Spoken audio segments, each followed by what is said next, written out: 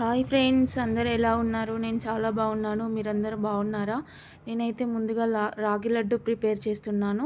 కావాలనుకునే వాళ్ళు లైక్ చేయండి, షేర్ చేయండి, కామెంట్ చేయండి ఫ్రెండ్స్. చాలా హెల్దీ ఫుడ్ ఇది, చాలా బాగుంటుంది.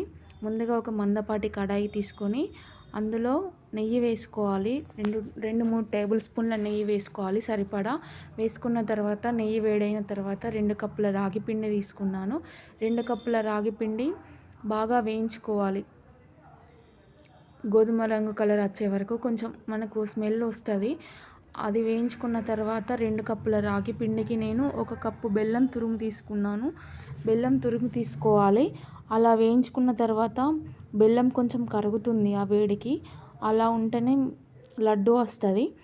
ఆ తర్వాత అలా వేగిన తర్వాత అందులో చిటికెడు యాలకుల పొడి వేసిన చాలా బాగుంటుంది. యాలకులు టేస్ట్ ఉంటుంది, అందుకోసమే యాలకుల పొడి తీసుకున్నాను. వేడి ఉన్నప్పుడే లడ్డు కట్టుకోవాలి.